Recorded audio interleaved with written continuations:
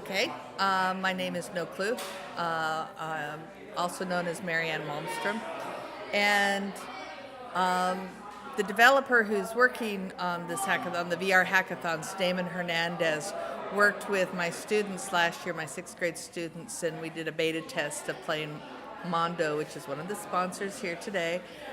And it was such a great experience. We worked on that beta test all year, and last summer, Damon came to me and said, "Can we do this VR hackathon for middle schoolers?" And I said, "Of course we can." So it took a while to find the right venue. Wasn't so hard to find some educators to get on board. The turning point was finding our local makerspace, who they were willing to come on board and help us out, and the rest was just a matter of logistics. And we had this.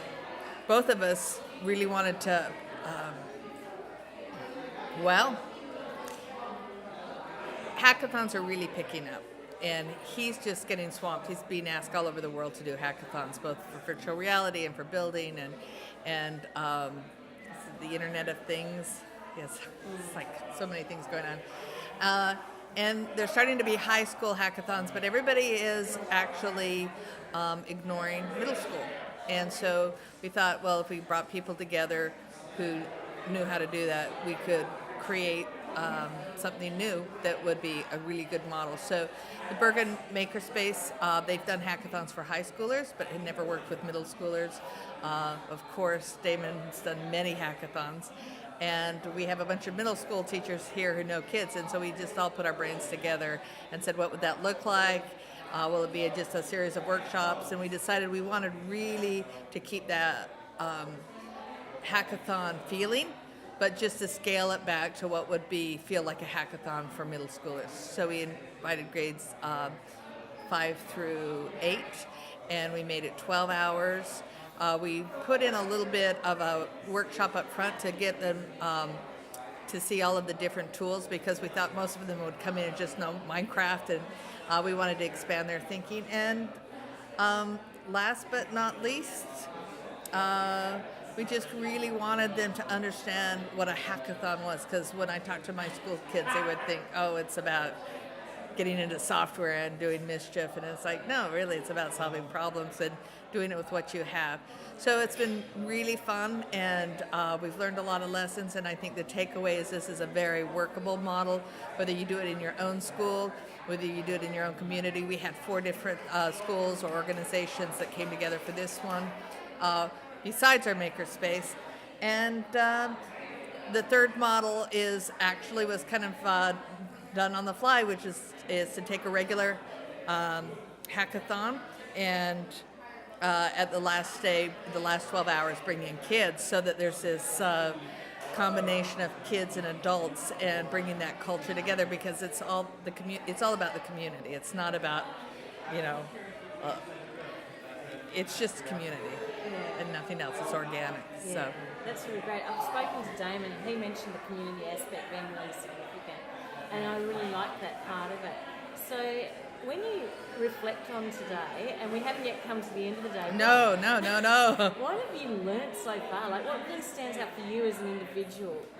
The thing that is most interesting to me is the collaborative nature of this, because this could not have happened without the community, and no one person can put it on. And so you just have to bring together the right people and then trust that it's going to happen. And for instance, we thought we'd get donors, and we really had a hard time finding sponsors. And at the last minute, teachers were using their social media and people were chipping in. And you just have to trust. Last night we did not have enough money for all the food and all the prizes, and people just stepped up miraculously today. And it just was a real testament that I don't own this, Damon doesn't own it, the Bergen Makerspace doesn't own it. It's the community, and that's just really cool. Yeah, this is very, very cool. Because I'm loving that concept of community and collaboration, and the fact that we're seeing a huge amount of collaboration here between the kids that have come along today and the adults popping in and watching and helping out when they're asked to, but not taking over. That's the thing I've really loved to see. And then the community and collaboration in getting this all together has been fabulous. Yeah. Absolutely. And the other thing is, like, because we're bringing 4 different schools or organizations together, we weren't sure if they would just kind of stay in their own cliques. And they did for the first hour or so. But now you'll see them, they're all checking out each other's work, and they're all helping each other and trying out the devices. And I think that that's really amazing. There's some friendships that are being made today organically. Nobody's organizing that again.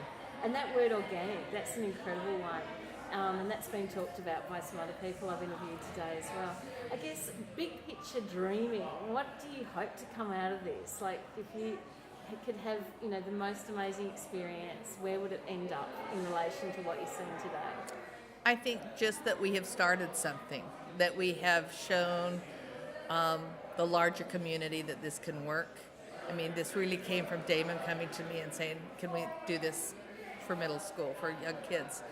And so my big dream is that people say, yeah, this is something we can do, because I think a lot of the change about the learning that needs to happen, that will happen, is going to take place outside of school, and it's going to take place in the gaming communities. It's going to take place in these maker spaces, or in hackathons, or game jams, or on the communities that kids are finding on the internet. And we can either ignore that as teachers, or we can step into it and become part of that community, and that will help inform us how we take that back into school and transform school so that it looks a little bit more like the real world, and not our narrative of what we've been doing school as for probably a few hundred years, or it feels like a few hundred centuries.